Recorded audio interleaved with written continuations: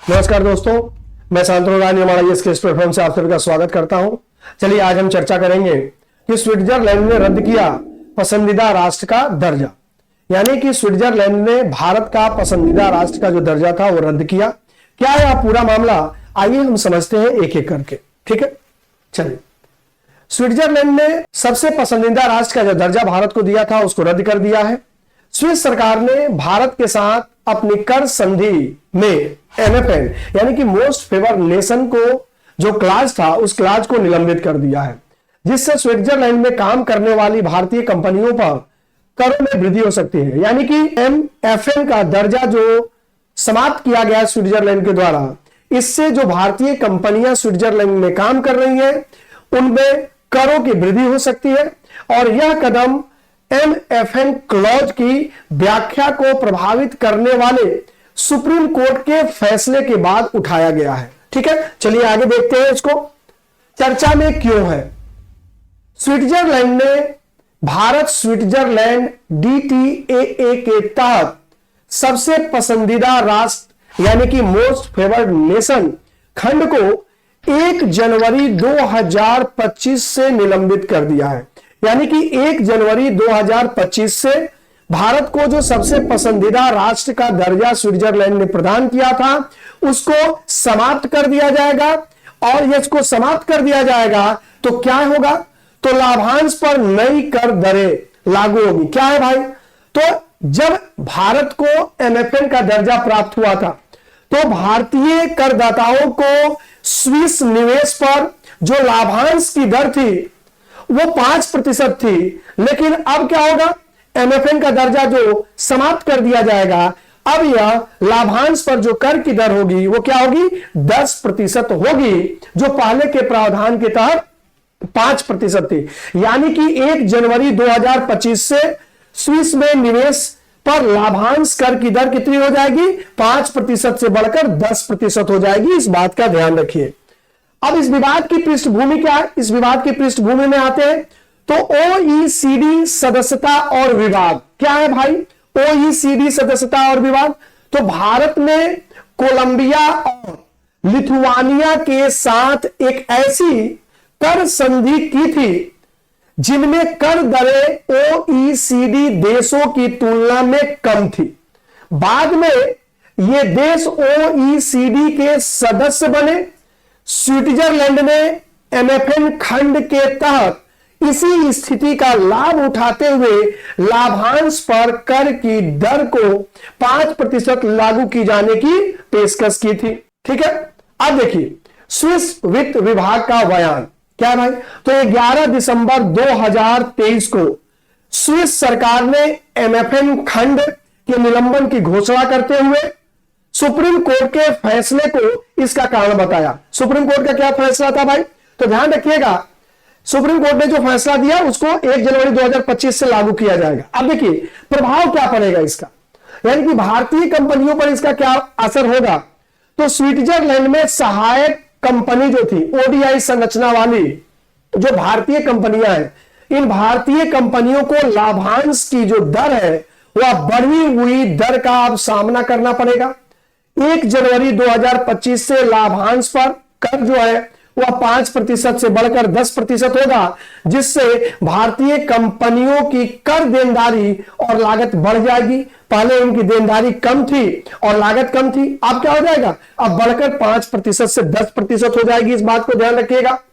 Swiss निवेश पर असर क्या होगा? तो स्विस निवेश पर प्रत्यक्ष प्रभाव पड़ सकता है, क्योंकि लाभांश उच्च रोक कर के अधीन होगा।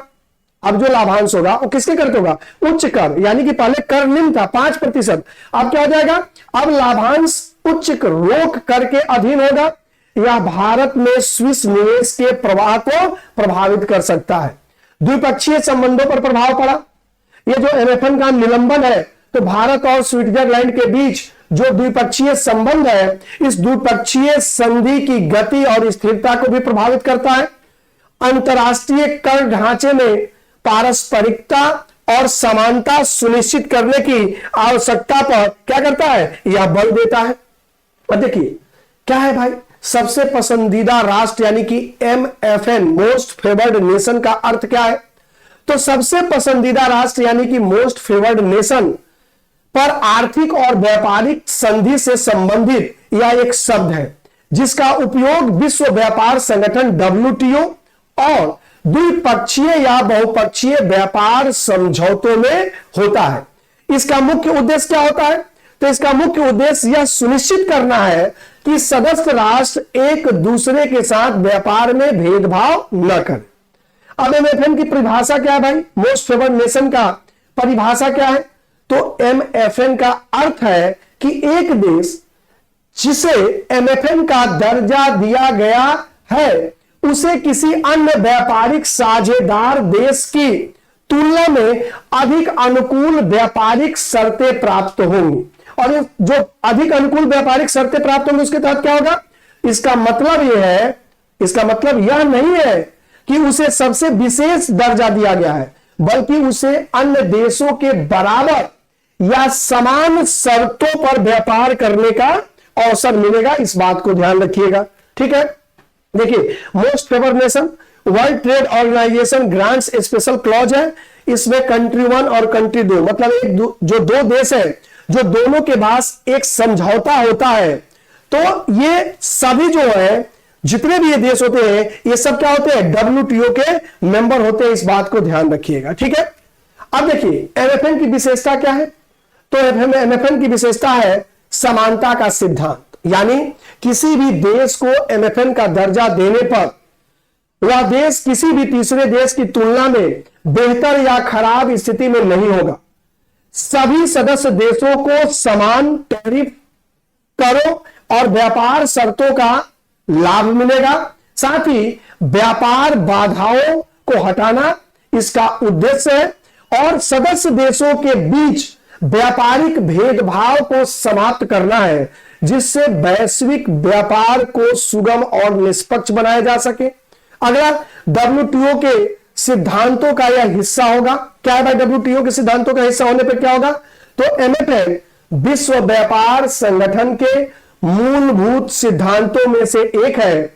WTO के सभी सदस्य देश एक दूसरे को MFN का दर्जा देने के लिए बाध्य होते हैं। यानी कि ध्यान रखिएगा, WTO के जितने भी सदस्य देश होते हैं वह एक दूसरे को MFN का दर्जा देने के लिए बाध्य होते हैं, ये ध्यान रखिएगा। तो ये था स्विट्जरलैंड के द्वारा भारत से MFN का दर्जा जो वापस ले लिया गया है। चलिए आगे देखते हैं कि MFN का उपयोग कैसे होता है, ठीक है।